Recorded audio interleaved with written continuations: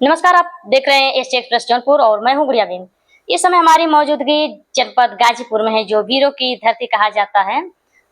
वीरों की धरती, शहीदों का देश है जो गाजीपुर। तो हम गुलाब चंद्र बिंद है, उनके घर पे आए हैं, उनके आवास पे आए हैं।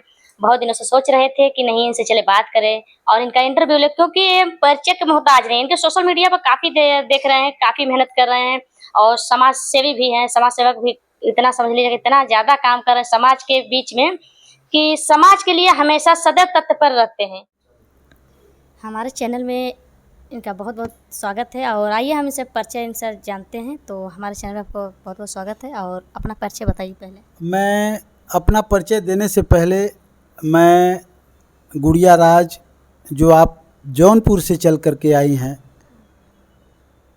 अपने चैनल के माध्यम से गाज़ीपुर में आपने जो कदम रखा वो भी मेरे आवास पर, मैं और मेरा ज़िला आपके आने पर हार्दिक स्वागत अभिनंदन करता है। मैं अपना परिचय आपके चैनल के माध्यम से बताना चाहता हूँ कि मेरा नाम गुलाब बिंद है। मैं बिंद समाज विकास संघ का जिला अध्यक्ष हूँ। मेरी पत्नी सन 2001 में गाज़ीपुर सदर ब्लॉक की सबसे कम उम्र की ब्लॉक प्रमुख निर्वाचित हुई और तब से मुझे समाज सेवा करने का एक नशा सा छा गया और तब से मैं समाज का कोई भी कार्यक्रम होता है या कोई भी संघर्ष भरा ही कार्यक्रम क्यों न हो, लोगों की आवाज़ सुनना, लोगों की आवाज़ उठाना, जुल्म अत्याचार के खिलाफ अपनी आवाज़ को अब हमेशा मजबूती से रखना, समाज के हक और अधिकार की बात करना, ये मेरी हॉबी बन गई।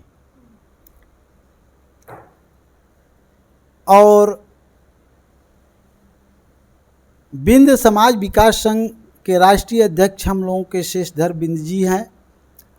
उन्होंने गाज़ीपुर में 2017 में अपनी पूरी टीम को लेकर के आए और मेरी समाज सेवा को देखते हुए उन्होंने अपने संगठन जो बिंद समाज विकास संघ है उसके वो राष्ट्रीय अध्यक्ष हैं डॉक्टर शेषधर बिंद जी, और मेरी लगन, तपस्या, मेहनत को देखते हुए उन्होंने गाज़ीपुर की जिम्मेदारी जिलाध्यक्ष के रूप में देने का काम किया, जिसको मैं बखूबी तरह से आज निभा रहा हूँ।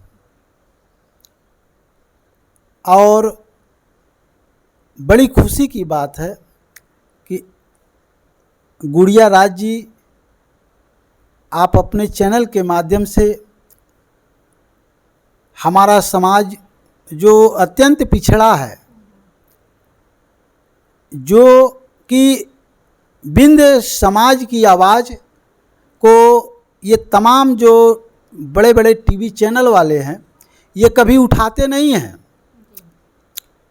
और यूट्यूबर के माध्यम से ही सही, आपके न्यूज़ चैनल के माध्यम से ही सही, बिंद समाज की आप आवाज़ उठाती हैं।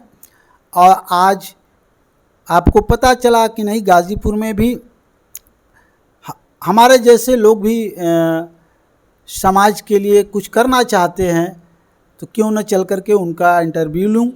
और आपने अपना कदम मेरे स्थानीय निवास पर रखा, इसके लिए मैं आपको हृदय की गहराइयों से और अपने समाज के साथ साथ पूरे गाज़ीपुर के लोगों की तरफ से आपको मैं ढेर सारी शुभकामनाएं एवं बधाई देता हूं कि आपका चैनल पूरे भारत के कोने कोने में आपकी आवाज़ बन करके पूरे समाज में प्रफुल्लित हो, और आप अपने चैनल के माध्यम से आप समाज की समस्याओं को उठाते हुए अपनी पहचान बनाने का काम करेंगी गुड़िया राज जी। अच्छा, ये कहना चाहेंगे आपकी जो धर्म पत्नी हैं उर्मिला जी, तो वो पहले ब्लॉक प्रमुख भी रह चुकी हैं और अब अगला कदम क्या है, राजनीति में उतरने का है कि नहीं? अगला कदम हमारा राजनीति में, मैंने बहुत लोगों को मौका दिया। 20 साल क्या 25 साल हो गए लगभग, मेरी पत्नी को ब्लॉक प्रमुख बने 25 साल हो गए। और 25 साल के बाद मैंने समाज के लोगों को मौका दिया। अब समाज में मैं चलता हूँ, कहीं दुख दर्द या समस्या जो भी दिखाई देती है और हमारे समाज में जो भी जनप्रतिनिधि हैं उस समस्या को नज़रअंदाज करते हैं तो मेरे मन में पीड़ा होती है। और उस मेरे मन में क्या उनकी जो पीड़ा है, जो समस्याओं से घिरे हुए हैं, जो मैंने पहले ही बताया आपको कि मेरा समाज अत्यंत पिछड़ा है और मेरे समाज जैसा साहसी, स्वाभिमानी, दयालु और हिम्मती कोई दूसरा समाज हो भी नहीं सकता। इसलिए कि हमारा समाज इतना ईमानदार समाज है कि वो मेहनत करना पसंद कर लेगा, लेकिन किसी की चमचागिरी और दलाली करना पसंद नहीं करेगा। तो इसीलिए यही वजह है कि हमारा समाज आगे नहीं बढ़ पाया। आज जितने भी समाज के लोग जो विकास कर रहे हैं, अन्य समाज में जो भी जातियां हों, वो कहीं न कहीं वो किसी न किसी के माध्यम से अपने लोगों की बात रख करके अपना विकास करते हैं। लेकिन इस समाज को छला तो सभी लोगों ने, कोई कम छला, कोई ज़्यादा छला। शासन सत्ता जिनकी भी रही, इस समाज के साथ हमेशा अत्याचार और अन्याय करने का काम किया। अभी हाल ही में मैं बता दूं कि सन 2014 में तत्कालीन भारतीय जनता पार्टी के प्रधानमंत्री माननीय नरेंद्र मोदी जी बने और उससे पहले जब ये सत्ता में नहीं थे तो ये हम लोग विपक्ष से मांग किया करते थे कि बिंद केवट समुदाय जो है ये भारत के निर्माण में,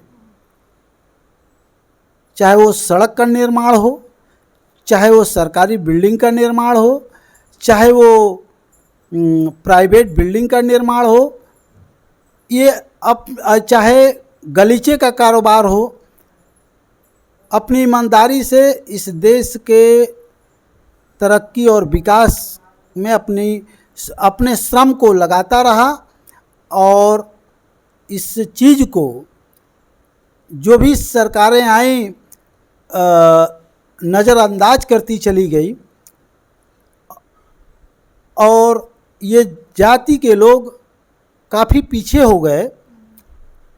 2014 में जब माननीय नरेंद्र मोदी जी सत्ता में आए तो उससे पहले यही कहा करते थे कि ये जो बिंद केवट की जो 17 उपजातियां हैं, इन हमारी सत्ता आने पर हम इनको एससी का दर्जा देंगे, इनको अनुसूचित जाति में शामिल कर करके इनके आर्थिक, शैक्षणिक और राजनीतिक विकास में भागीदारी हो। हम शासन सत्ता में आते ही इनको आरक्षण देंगे। लेकिन हुआ ठीक इसका उल्टा। जिन सवर्णों ने कभी आरक्षण को पसंद नहीं किया, आज नरेंद्र मोदी जी द्वारा आर्थिक आधार पर उन गरीब सवर्णों को 10% अलग से आरक्षण दे दिया। मुझे दुख इस बात का नहीं है कि गरीब सवर्णों को आरक्षण मोदी जी या योगी जी ने क्यों दे दिया। मुझे दुख इस बात का है कि जब अति पिछड़ी जातियों ने मिल करके भारतीय जनता पार्टी को शासन सत्ता में लाने का काम किया और देश के साथ साथ कई प्रांतों कई राज्यों में इन जातियों ने इनको सत्ता में बिठाने का काम किया, तो आखिर क्या वजह है कि इन जातियों का आरक्षण जो इनका हक है इनको मिलना चाहिए, जो देश के निर्माण में अपना श्रम लगाते हैं, देश का निर्माण करते हैं, और इनका हक उन लोगों को दिया जा रहा है जो पहले से ही धनाढ्य हैं। और आर्थिक आधार उनका कैसा है? जो 8 लाख से ऊपर होगा, 8 लाख से जो नीचे होगा उसको गरीबी रेखा में रखा जाएगा। ये गरीब सवर्ण के लिए आरक्षण ये कैसा नियम है?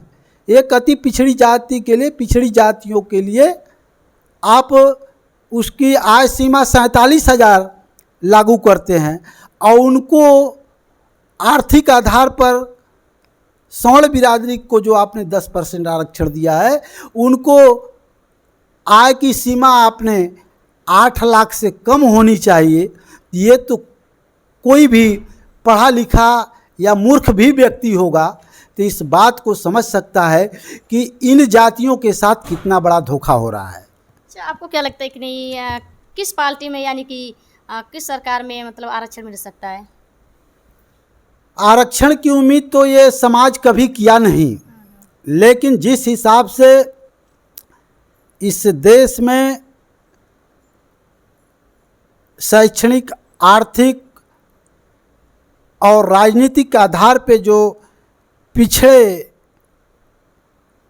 लोग समाज की मुख्य धारा से पिछड़ गए हैं, उनको मुख्य धारा में जोड़ने के लिए ये संविधान में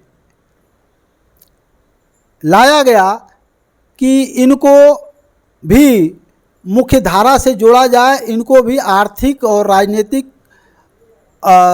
और शैक्षणिक आधार पर इनको भी आरक्षण दिया जाए। तो कुछ जातियों को आरक्षण का लाभ संविधान के माध्यम से मिला, लेकिन मैं आपके चैनल से बताना चाहता हूं कि बिंद एक मेहनती कौम है, केवट समुदाय एक मेहनती कौम है, और मेहनती कौम को देखते हुए तत्कालीन उस समय की प्रधानमंत्री इंदिरा गांधी और अखिल भारतीय बिंद समाज बिंद सुधार महासभा के उस समय राष्ट्रीय अध्यक्ष 1956 में उनका संगठन बना था। उन्होंने अपने संगठन के माध्यम से पूरे देश के कोने कोने में जा कर के अपने समुदाय के बारे में देखा जाना, तो तत्कालीन उस समय की प्रधानमंत्री इंदिरा गांधी जी से मुलाकात किया, क्योंकि इंदिरा गांधी जी उनको चाचा जी कहते थे। इंदिरा गांधी जी उस समय की प्रधानमंत्री जो थी, हमारे सहदेव प्रसाद महतो जी को चाचा कहती थी कि बाबूजी, चाचा जी बताइए कैसे आना हुआ। तो अपने समाज की उन्होंने पीड़ा उनसे कहा और कहा कि मेरा समाज इस देश के निर्माण में अहम भूमिका निभाता है।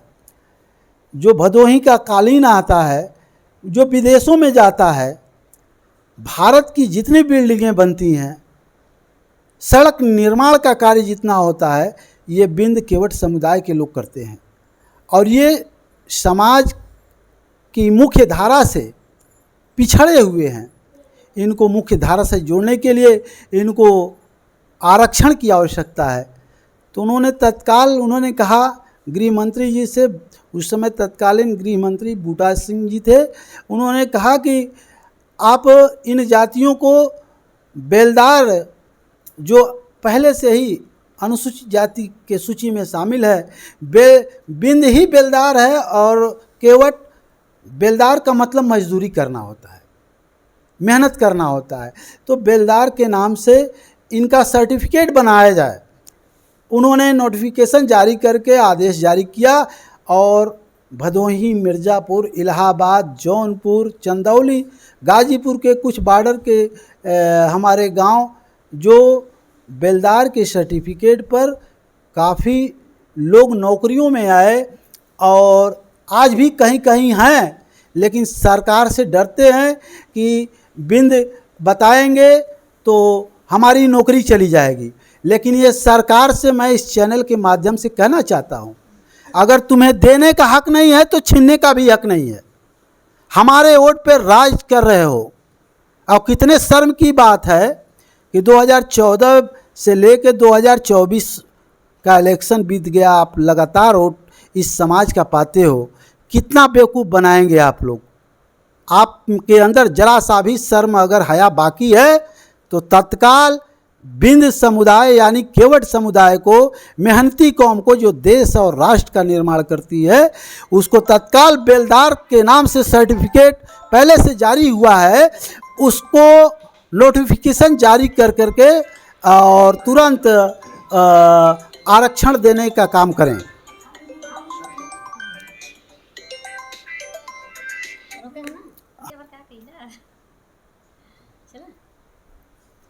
अच्छा, तो हम ये कहना चाहते हैं, आप बीजेपी सरकार से खुश नहीं हैं? मैं बीजेपी सरकार बनाया हूँ और जो सरकार बनाता है उसकी समस्या अगर हल नहीं करती है सरकार, तो किससे कहेगा बताइए। आप से मैं पूछना चाहता हूँ आपके चैनल के माध्यम से कि मैं विपक्ष से कहने जाऊँगा कि मुझे आरक्षण का लाभ आप लोग दीजिए। मैंने इस सरकार को बनाया है। बिंद समुदाय, केवट समुदाय भारत के कोने कोने में पाए जाते हैं।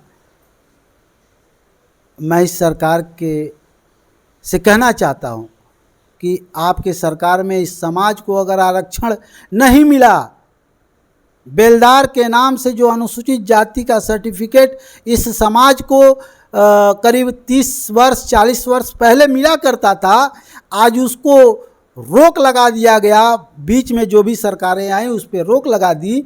उसको आप रोक को हटा करके वही सर्टिफिकेट केवट समुदाय के लोगों को जारी कराएं और निश्चित रूप से आने वाले समय में ये श्रेय ये सरकार लेगी, इसमें कोई दो राय नहीं है। मैं आपके चैनल के माध्यम से सरकार को बताना चाहता हूं।